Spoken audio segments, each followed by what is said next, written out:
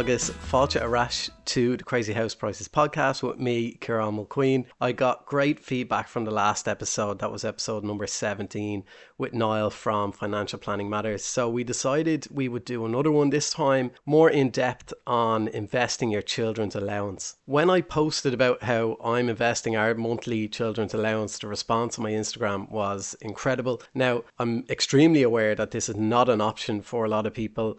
Most people will, or a lot of people anyway, will rely on this for their bills, to feed and clothe their child and pay rent and whatever. However, just do keep in mind, I work 3 jobs. My wife also has a full-time job. We've been on one holiday in 5 years, so this episode isn't about me bragging that I'm able to afford to save a couple £100 a month. It's just we treat this as this monthly investment, the same as our mortgage and our creche fees. It just simply has to be paid before anything else. We view this as investing in our child's future, and I think when you listen to the episode, you'll understand why. I've gotten really passionate about this, planning my family's financial future, since I started working with Niall and his team over at Financial Planning Matters. Niall is an expert in navigating the complexities of financial planning and investments. In this episode, Niall's going to explain absolutely everything you need to know about the savings plan that can essentially turn the €140 monthly children's allowance into a significant investment for your child's future. From understanding the risks and rewards to tackling tax implications and comparing it with other savings options, we've got a lot to cover. So let's get started. Hi, I am just going to pause the podcast for a second to talk to you about some sponsors of the Crazy House Prices podcast. This episode is sponsored by Daft.ie. Daft is Ireland's #1 property portal. Daft has the most properties available for sale and rent and is the preferred national property website amongst consumers in Ireland. So Daft.ie's core vision is to make buying, selling and renting property better for everyone in Ireland. So Daft's mission is to simplify each step of every property transaction in the Irish market to make buying, selling and renting in Ireland simple. That's why Daft.ie build innovative tools like Offers by Daft, an online real-time offers platform that provides never before seen transparency for the Irish consumer when buying a home. Are you looking to buy? Maximise your chances of finding your dream home by visiting Daft.ie, Ireland's #1 property website. Okay, Niall, thanks so much for coming back onto the podcast that you sponsor. I got great feedback on the last episode. It's now one of my most downloaded episodes. So if you haven't listened to that, go back and check out the previous one with Niall, all about financial planning. But in this episode, I think we did mention in the last one that we'd go in a little bit more in depth on this topic of children's savings plan. And when I put the Instagram sticker up, the question box up, it got outrageous interaction. People really want to know about it. So thanks again for coming back on. We won't do the whole introduction thing. Everybody knows who you are by now. But I guess just as an introduction to what we're going to cover, what exactly is a children's savings plan and how does it relate to the children's allowance in Ireland? Because we all get the €140 a month when you have a child, per child. So what can people do with that if they're able to? So I'd firstly start by saying a lot of people would already have plans in place for the children allowance. Some people use it as part of their budget from month to month, and some people look further down the tracks, which is saying, geez, I have to do something with this because I know there's a bill coming. And sometimes it's I would say it is term based, or it's the amount of years you wish to put it away for. So there's 3 probably events that happen that parents know is coming down the tracks. That's either your son or daughter is going to go to primary education, secondary education, or going to 3rd level, or all 3. So normally what we do is we say, listen, how long are you planning to put this money away for, and what's the goal around it? Is it to make as much money as possible? Is it to specifically pay for maybe private 2nd level, or is it for 3rd level? So ultimately people would reach out to us, might already be saving the money, but not necessarily saving in the right place, or not knowing what to do with it, and I suppose more importantly where to put it. So ultimately it's probably, I'd say in the last 12 months, Ciarán, to be probably more of a topical conversation when I'm meeting anybody, is because the fear of inflation eating into the purchasing power of the money has become real to people, because people see now that's between 6 and 9% this year was inflation, which means if you don't have your money working hard for you over the next 5, 10, 15 years, unfortunately, costs go up and you're going to have to bridge the gap between what you've saved and what the actual cost is going to be. So, for example, is to send someone to maybe a third level college could cost between 10 and 20 grand a year. Where is that money going to come from? So that's why they come to us and say, listen, what are the options available? So I suppose the options are at the moment is put it in the credit union, is to put it in a bank account, is to do a savings plan with the on post, which is the solidarity bonds or the regular savings plans, or look for an alternative where it's going to outperform deposit, which would be sort of an equity based or a multi-asset specifically tailored plan for children's education, depending on the time frame that you're looking. So let's say I'm getting my €140 a month and my children's allowance, and I'm in the fortunate position where I'm not relying on that to heat the house or to pay the rent or to pay the mortgage or whatever. I'm at a point where I can save that 140. How, like, are these children's savings plans designed specifically for that €140 a month, or how, as you mentioned there's other options, there's on post, there's credit union, there's the banks. So if I was to invest it into, say, a savings scheme, like the Zurich one and there are other ones, how do they compare to, say, your on post or your bank or your state savings scheme? Well, in relation to the performance will way outperform what you're talking about, because with us, I'll give you an example. Someone came to us recently that was doing the regular savings plan with the on post, so solidarity bonds. Ultimately, you get 10% guaranteed return for a 6-year term. So that works out, when you break it down, as around 1.7% AER, or the annual equivalent rate. Now, the issue with that is unfortunately, inflation is north of 5, nearly 6%.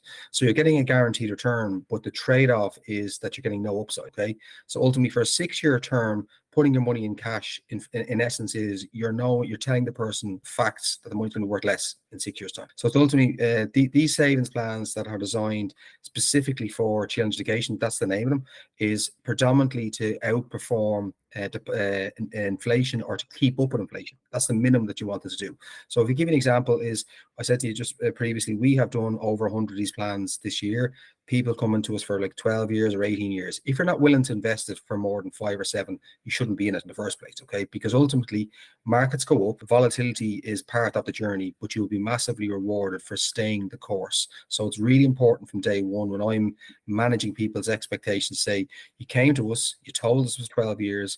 If it goes up or it goes down, we're still on the same path of identifying the reason why you took it out in the first place. So to give an example, so I'll give you one fund, for example, that a lot of people would be in, would be a medium risk fund, because we'd send out a risk profile, the time frame, the time horizon, and the appetite to risk.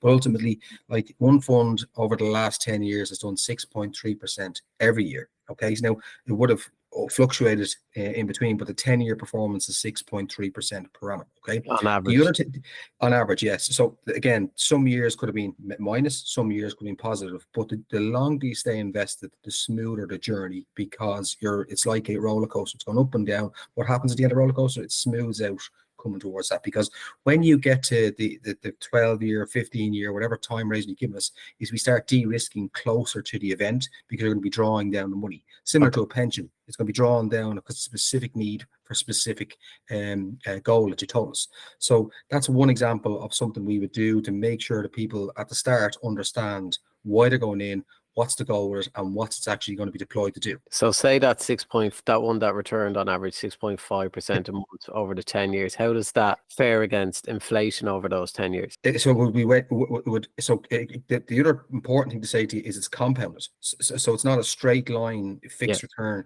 Is that as the years go by, it's accumulating like a snowball going down a hill. So inflation over the last 10 years has been close to zero. It's only the last 2 years. It's actually been deflation for a number of those years. But because of obviously what's happened in the last 2 years, we've seen a spike in inflation. So it's well outperformed inflation. What I'd say to you is going forward is obviously that's rear view. That's looking in the rear view mirror when you're in the car. Or you're looking forward. Inflation hopefully will come down in 2024. And as a result, obviously then 6.3 will be a good performance or outperforming the inflation. But at this point in time, if you take just this year in isolation, it's keeping up with inflation. So I think the compounding interest there is really important. I think a lot of people struggle with that one. There's actually, you can just say Google a compound interest calculator, but to break it down, and stop me if I'm wrong on this, but to break it down, let's say, to keep the numbers easy, it's €100, and let's say that's returning 6%. The next year I have €106, and then I'm getting 6% on the €106 then, rather than on the €100. So it's not like go from 106 to 112. I'm not adding €6 each time. I'm getting 6% of 106 then, which is, exactly. Don't make me do those figures, but about 960. So now I go from €106 up to €115. 15. Yeah. Exactly. That's not bad off the top of my head, was it? Yeah, it's good. Just good going. Yeah, good going. Yeah, at this hour of the night. But what I'd say to you as well is just on the solidarity bonds, people, like a lot of people would have money in there because like it's on post bonds or they're buying saving certs. It's a fixed return, maybe a 10% over 10 years. So that's if you put in 100,000. You're getting 110,000 back. It's a straight line. There's no compounding effect there. So ultimately, you're getting a really poor return when you break it down per annum versus inflation. But like people know what inflation is now because it's real. Because we know going to the shops, the cost of buying a full week's shop is gone up by about 20 to 30% what it was this time last year. Yeah. Okay. So I mean, the main thing to understand there is that it's not just 6%, it's compounded interest, and that increases massively over the years then. Okay, well then just going on to the basics of the plan. So if, let's say I'm at a point where I'm like, okay, I want to invest this €140 a month or more, does it have to be set up via a financial planner like you? Absolutely. The reason being it has to be set up like that is because you need to understand what you're going into before you take it out, right? And there's a couple of the really important things. Back to what I said is about the time frame, but more importantly, the appetite for risk and reward. Are you going into what's the main goal for you? Is it capital preservation or is it capital growth? If you're looking to just retain the capital, you should stay with Unpost, right? So it's about educating people to make a better informed decision by doing it, because what's going to happen is ultimately if there's a bad year, so one in every 5 years is a bad year. If there's a bad year, people can relate back to the conversation you had with a financial planner to understand why you went in and why you're choosing this over a credit union account or over a bank, because it's a different type of investment vehicle. So to give you just one example is if you invest in a fund of funds which is well diversified, like you're in one yourself, it's not invested in Ireland, it's invested across the world, across different asset classes, across different currencies. So it's well diversified by a company like Zurich, like Aviva, like Irish Life. They manage trillions of assets over the course of different timeframes, where it's pensions, savings, investment bonds, but ultimately they're buying and selling investment instruments to generate capital growth for you over the long term. So the longer you stay in, the higher potential for return. Yeah, and we spoke about that a lot in the last episode. It's always looking at the long term goal rather than, even 3, 4, 5, 6 years. It needs to be longer, especially when it's coming to, say, this type of thing where you're focusing more so on the child. So on that, can I do it on, let's say I don't have kids, can I do it on behalf of a relative like a niece or a nephew, or can it only be for your own child? Really good question. So there's two different types of plans. There's a small gift exemption plan, is where you can gift or you can invest on behalf of a sibling or of a stranger up to 3,000 a year. So that's a different type of plan, but it will have the same sort of funds arrangement, but just has to be structured different. For a parent who is looking to take it on behalf of their son or daughter, it's a children's education plan where you own the plan. Okay, but specifically need for the kids' education. But that does not to say 5, 10, 15 years time, you want to continue it on, because maybe you've come into money, or maybe you have taken a tax-free lump sum from your pension, or you've won the lotto. It's not like Zurich or Aviva don't ask for the reason you're taking it out. It's more so framing it to make sure it fits the time frame and it's more suitable for what you're actually investing it for. So if I do set one up, then so I have one set up for my kids, and I still don't really know exactly what it is. I just trust you, and I know that's what I need to do. But let's say, is that account then in my children's names, or is it in my own name, or who legally owns the money? It's in your name. It's in And your name, and it's owned by you. So that's the savings plan. So ultimately, the savings plan is by nature is called the children's savings plan because it's been it's ticked the box for what you need it for and the time frame, and you understand what you're doing. So we would do what's called a letter of suitability to confirm the objective of why you're doing it.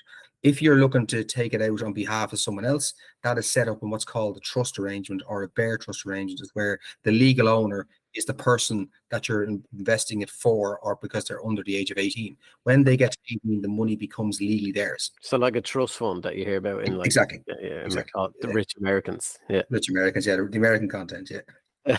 Okay, cool. Right. Well, then going into the investment side of it, then is there a minimum you have to invest? So I know there's a few different plans. I'm with Zurich. There's Irish Life have one, Aviva have one. There's probably others. Is there a minimum amount you have to invest monthly? The minimum is €100 per month. Yeah. So that's the minimum. And is there a maximum? Maximum is 1,000 a month. 1,000 a month. I guess because if you're giving the money to your child at the end of it all, it needs to fall under the inheritance kind of threshold. Is that right? Well, no, this money isn't, so to be very clear here, this money isn't being gifted to your kids. This is money for a specific need, which is to pay bills for their education. This doesn't fall under the capital acquisitions 335,000. This is being earmarked to pay for their education, so it wouldn't come off their 335,000 limit that they can receive over the lifetime.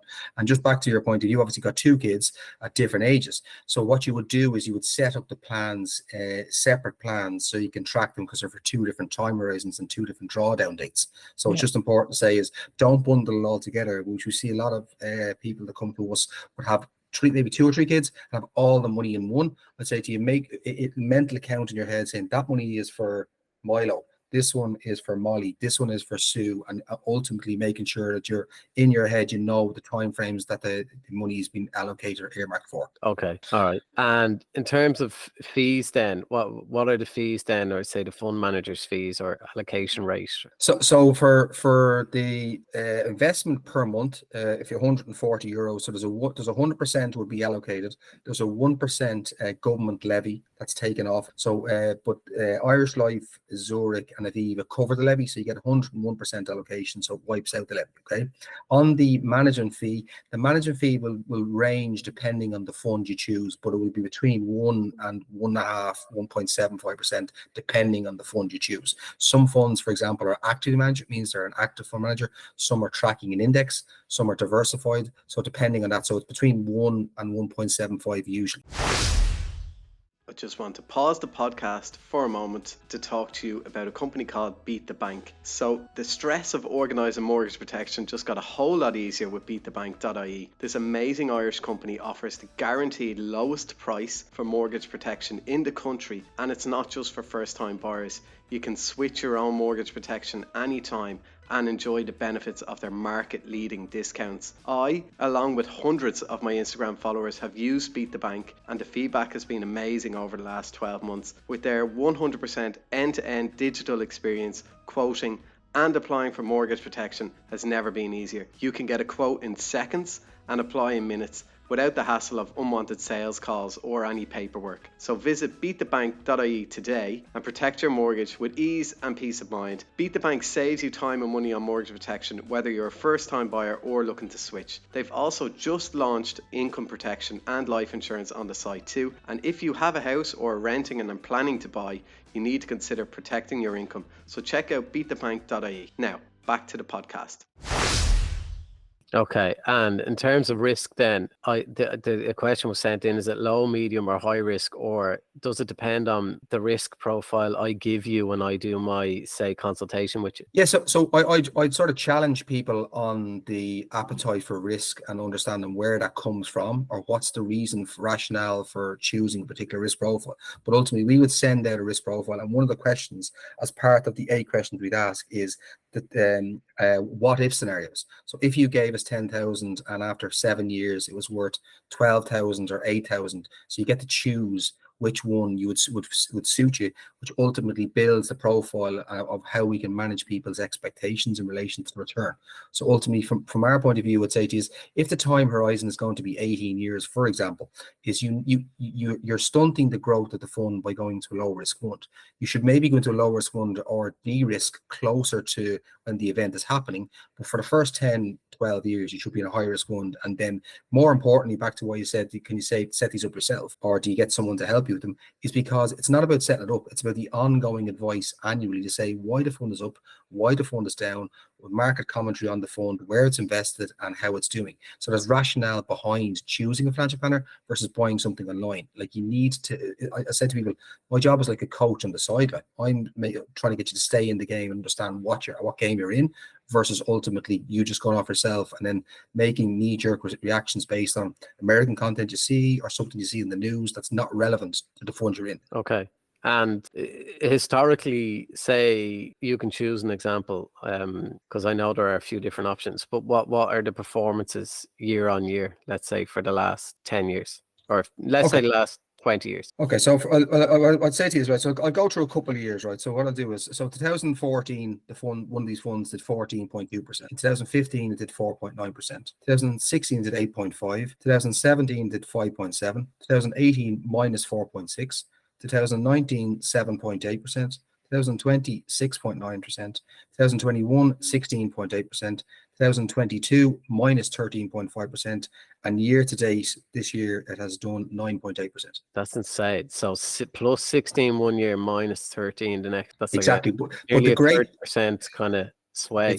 Sways. So the great thing I'd say to you is, you're not going in on the same day buying the units at the same price. Okay, that's where the risk comes. So you're removing a lot of risk by investing regularly, because if a fund falls by 2 or 3% in 1 month, you're getting 2 or 3% more units of the fund that month than you were in the previous month. So what you're doing is you're buying at different prices, which ultimately smooths out the risk, because someone going in at 100,000 in 2022 would be looking at a 13% loss, but no one saving for a children's education is doing that, or would be advised to invest that way. Yeah, okay, that makes sense, because it's month on month, and you might actually exactly. Another bit of homework for the listeners would be to Google or to look up what euro cost averaging is. So euro cost averaging is buying units at different prices every month, irrespective of how the market's performing. So you're accumulating units over a long period of time, which gives you the smoother outcome. Okay. And you mentioned earlier, so like, let's say I've invested money for 18 years, and then I decide, you know what, they can fund their own college. I'm going to put an extension on the house. Can I just access that money anytime? Absolutely. So again, the Zurich or Aviva or the life company doesn't ask you for why you're taking the money out. It's a savings plan with a goal that you have given us, that we obviously place with the relevant life company based on the research we do, the fund that you're in, and the appetite for a risk stroke time horizon. So ultimately, if the goal changes, or the need or specific amount is being deployed to, say, extension, for example, or change in the car, or paying down the mortgage, absolutely. Because again, people's life change over 15 years. They might come into money through inheritance, they might win a lotto, they might win some money, or they might get promotions, might sell stock in their company, whatever it is. But ultimately, this specific plan is more so to get people to understand that they need to plan, and they need to plan from the get-go, not to defer a decision by 5-10 years, because ultimately that money will either have to come from your savings, will have to come from a loan, or somewhere for your kids to go to college. Like, for example, to register your son or daughter in a third level college, you're looking at €3,000 just to register. Then there's obviously different costs, ancillary costs that come as part of that. You're obviously more privy to that than I am, even from a primary level. Things like the donation to the school, to school trips, to after schools, all those things add up. Yeah. I think it's childcare is probably the more expensive thing rather than the education. But so is it safe to say then this is kind of like just understanding how this is basically just investing money, but maybe the children's savings thing is kind of like a marketing kind of title, is it, to maybe give you a sense of this is what you're saving for your child. Yeah, exactly. So when you say retirement is a pension. So Yeah. retirement is a date in the future that you plan to replace this fund with when you were working or employed.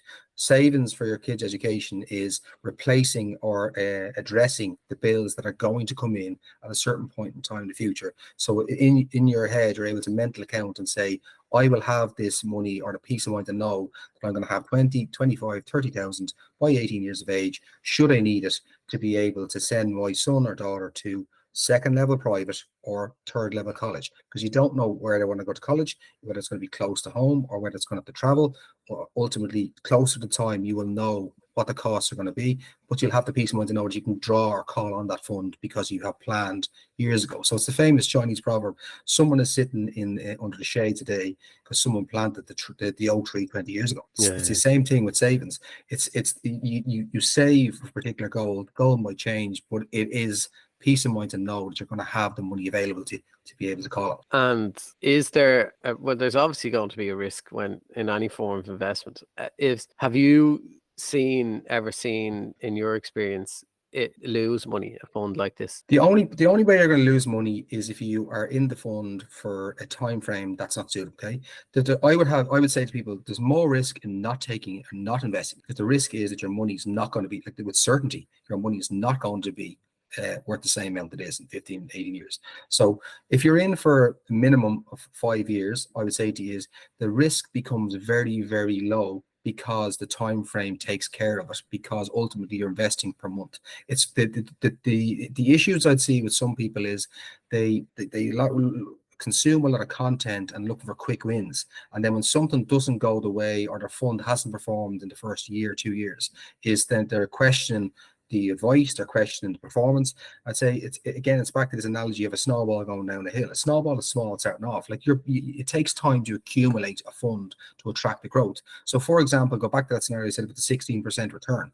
So the 16% return in year one will only be on the first month's contribution, because the rest of the contributions haven't come in yet. So it's 1/12 of the 16% you'll get on the first month. Second month will come in, you get 2/12. So again, it's as you stay disciplined, the fund will grow, but it does take time. Like I said to you, investing is a slow process. It's a boring process, but you'll be massively rewarded for staying the course. So there's always a risk, but it's fairly unlikely if you do it long term. But that's exactly why the life insurance companies position it over a minimum of 5 years, because it can go up and down, but if you stay the course, and again, education we're talking probably from year 0 up to year 17 or 18, the chances of you losing money in an 18-year period is probably close to 0. Okay, deadly. Okay. And in terms of tax then, what are the tax implications to this? Say you come to the end of the 18-year term. What happens tax-wise then? Okay, so that's a really good question. So it's important to compare apples and apples here. So if you go back to the example I gave, the 10% return for the 6 years regularly saving 140. So there's no tax. Okay, so there's no exit tax, there's no capital gains tax, it's tax-free to return. So your 1.75% that you get every year is tax-free. When you go into a life assurance-based product, okay, the fund accumulates on a compounding basis. So we went back to compounding just to touch on that. But after year 7, at the end of year 7, any growth on the funds you put in, not on the initial investment, any growth, okay, is automatically deemed to be taken out and taxed at a what's called exit tax of 41%.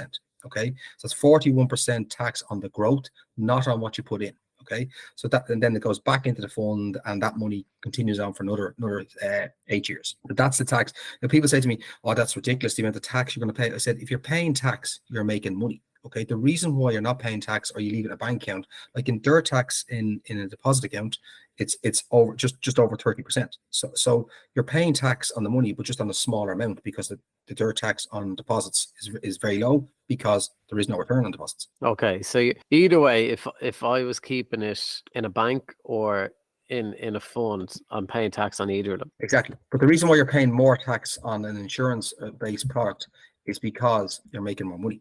Because as I told you, just touched on the fund performance, because it's going to be on a larger number.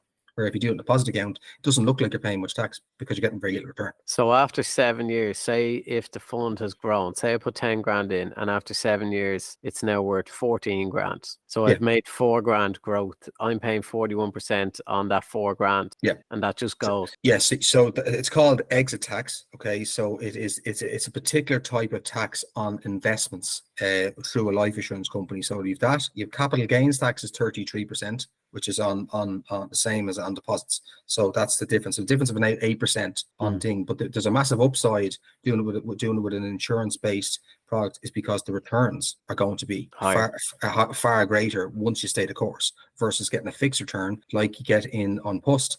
For 6 years at 1.75, you're getting 1.75, but it's 1.75, not compounded, straight line. So you go back to the example, 10,000 euro put in for 6 years, you get 1,000. So in that example, say the 10 grand and the 4 grand, I'm paying 41% on the 4 grand. So whatever that is. Yes. So you get 59% back. Yeah. That does that impact my income tax then that year? No, it's a totally different tax. It's a tax that's taken by the life insurance company and paid directly to revenue. Okay. So and the other side of it is you can't offset it against if you had any losses. That was only the next question. I know it was. I saved you the time. Okay. Yeah, that does sounds kind of annoying, but as you said, if let's go back for a second just on the 4,000 you made, right? So we compare like with like here, right? So the 4,000 you made on the life basin, right? You pay 41% tax. So just simple numbers here. Say you made 2,000. So 2,000 net, okay, which is 20% overall return in that period of time. Now go back to the other one where you're guaranteed to get, you put in 10,000, you're guaranteed to get back 1,000. The difference is 100% return between the deposits. So you get 1,000 in the on-post one, 2,000 net in the other one. It's double the return after tax. But what about the tax on the on-post one? There's no tax on on-post one. It's tax-free. It's tax-free. But it's tax-free because you're getting such a low return. It's done through the solidarity bond base. Yeah, it's under a certain threshold, I guess. Okay. So then I guess how is it better than say the post office? Is it because the return, and look like the post office, banks, credit union, I loved credit union, but like how is it better than those then? Is it purely down to the fact that they return so low compared to what this has performed, what one of these funds has performed historically? Yeah, so these funds are tried and tested over decades. Okay, so ultimately you either have a choice of trying to grow your money, okay, and growing your money attracts tax. You leave it in deposit or sit in the bank or credit union, you're guaranteed for it to be the purchasing power to be less. So if you decide you don't want to, if the main reason you're not investing is because you're paying tax, well, that's the wrong way to look at it, because ultimately if you don't invest it, the money's going to be worth less. So it's you need to be in one camp or the other. I said to you, it's either capital preservation or capital growth. You can't be in both camps. Yeah. So if I just had that 10 grand and I just kept it up in the attic in 50 euro notes, in 18 years time, if say inflation averages 3% a year, that's 54 percent. What was that? Straight line. Yeah, 4,600. So that's all. That would be the purchase power of that 10 grand after 18 years would be the equivalent of 4,600 now. Is that how you figure it out? Okay, so you're losing money then by just leaving it in cash in the attic. Yeah, but see, a lot of people don't see it like that until probably the last 18 months. Is that they see 10,000 now worth in the same amount and 10,000 just be no risk, but there's actually risk by not taking and not investing because it's not going to buy as much in 18 years time because costs go up. Yeah. Okay. All right. Well, I just kind of to come to the end of it then, just based on your experience, what advice would you give to, say, parents listening to this now, considering doing a plan like this for their children's allowance? Well, I'd say the first protocol is doing a bit of research on comparing the products like by like. So ultimately, having a look at the on-post website, have a look at somewhere like Bonkers where they do deposit rates and they compare them in the market. Okay, and then look at the time frame that you're looking to invest. Go on to maybe like Google the Zurich range of funds, Aviva range of funds, Irish Life range of funds, and take a step back and look at the 10 years or 5 to 10 year performance, and then compare apples with apples and say, ultimately, am I going to take some risk to get some return, which will give me ultimately a positive outcome and a lot more positive after paying tax on the amount of money, or am I happy enough just to sit in the sidelines, leave it on deposit, and bridge the gap when that time comes? So ultimately, when you've made that decision, then to reach out to us, I can send on information in relation to, like, Zurich do a survey every year, the cost of education survey, so people might be aware of what the actual real cost of sending your son or daughter to primary school, secondary school, or third level. I can show them the real numbers that's been done by the research by Zurich to show them this is what you need to plan for, and this is how you plan for it, and this is the solution. So ultimately, there's a couple of steps to it, but I can say with certainty is that you've been in a far better position financially by, one, educating yourself, and two, is taking the steps to make sure that you have the right plan that's suitable for the right time frame to give your son or daughter, one, the ability to go to college without you having to take it from your current cash flow in 18 years time. And hopefully you'll be in a better position, either paying down mortgage or funding pension, or, you know, taking opportunities that will enhance your wealth, not by draining on your income by having to supplement it. I know what people are like, and when that sounds like a whole lot of work, going off doing all the research and checking this Yeah. one, this one, and the bank against this. So Yeah. I know what people are like, because they contact me every day because I have to do all the research for them. So I'm assuming Here's your brother. yeah, I know. I'm assuming people maybe just get in touch with you. You've done all this research and you can just advise them on what's best to do. I think it's the most common question asked. We do question box every Sunday. The most common question we get asked is, what fund would you recommend for my children's education? And I always say to people is, I can't give you advice because I don't know enough about you.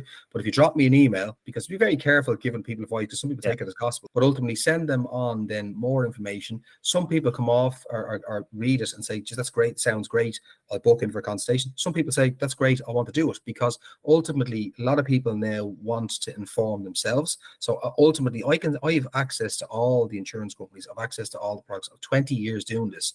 Ultimately, I would say to people is, you need to understand why you're doing it, the time frame you're going to do it for, and more importantly is stay disciplined.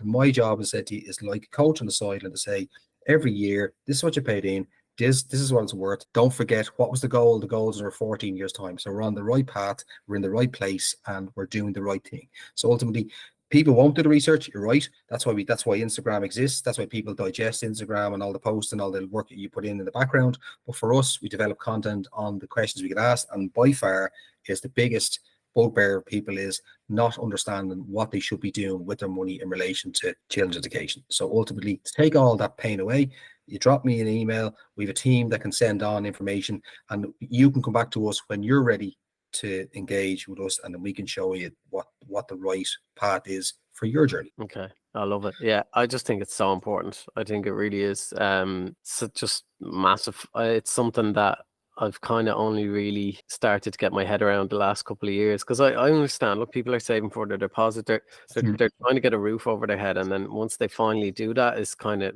usually when they have that little bit of time then to kind of breathe, because they're not worried about being evicted, they're not, you know, they have a secure roof over their head, and that's when they can maybe start to think about these more long-term things, because they don't need to have that money ready there for a deposit. As you said in the last episode, you know, if you need money for a deposit in 3 years, then you're not ready. So that's I just think it's so important. So thank you. But so much. I'd also say, just to finish off, I'd say a lot of people also, there will be people out there that have gone off and set up, you know, through Revolut or through Trading 212 and bought equities themselves and are relating that to investing. Buying individual equities like your Amazon stock or your Microsoft equities is not the same as a children's education sales plan. This has thousands of equities in it. It has government bonds, it has property, it has cash, it's loads of different things, instruments within the one fund. It's well diversified, so it's not the same level of risk. But some people might have been burnt from buying equities like Aircom shares, or bought shares to a company and they fall in price, and relate that sort of pain to what we're talking about here. It's a completely different conversation. So I always see people reach out, because your scenario will be very different to someone else's scenario. You might have 3 kids, they've only got 1 child, or different age profiles. You might have a different goal. You want to send them to third level in a particular country, or you want to send them down to stay at home. Because I think on average now 70% of third level people who go to college at third level are actually living home because of the costs of rent or their commute. Yeah. You know? Okay. And then say someone's listening to this, because I know you might have some plans down the line to help people with this. specifically. Yeah. Is that something you want to talk about, or is it a bit too soon? So I suppose again, I said to you, we've sold a huge amount of these plans over the last 2 years. So I think it's important maybe to build some sort of educational hub or portal in relation, so people come in their own time and can read and understand and challenge us, or challenge where they're putting the money, or challenge the other advisor that's looking after the money, or the bank. But ultimately, we're trying to build, or we will be in 2024, a sort of a hub or an investment club specifically for children's education, where people who are like-minded can come and ask questions, as many questions as they want, because no such thing as a silly question. That's my role. And then ultimately they can go off and decide what they want to do based on their particular circumstances, and ultimately we'll help them on the journey to get to where they want to be. Okay, I love it. That sounds really good and really beneficial for people. So excited to see that next year. Niall, thank you so much. It's very late now, so I won't keep you any longer. I really appreciate it. I think these podcasts always go down really well. I think educating people on their finances is so important, and I really appreciate you coming on and imparting your wisdom on us all. No worries, delighted. Thanks for having me. Thanks, Niall. Agus Sinné Lahai on episode show. A huge thank you to Niall from Financial Planning Matters for shedding light on how, if you're in a position to, we can all make the most of our children's allowance. Remember, the key to successful financial planning is being informed and being proactive. So if today's discussion sparked your interest, I encourage you to reach out to Niall for personalised guidance. All of his info are in the show notes, or he's all over my page as well, or if you just check him out, Financial Planning Matters on Instagram. He also owns Beat the Bank, who do mortgage protection, which you'll probably hear an ad for in the podcast. So don't forget to subscribe to the podcast and share this episode with a friend. And if you're feeling extra generous, leave a review. Huge thank you to my sponsors and also to my wonderful patrons. If you want exclusive content, access to me, access to my audience of over 100,000 people to ask questions or to bang ideas against, and many other things, consider signing up over on patreon.com/crazyhouseprices. My patron support help keep this show and the Instagram page going. Thanks again for listening. Agus slán go fóill.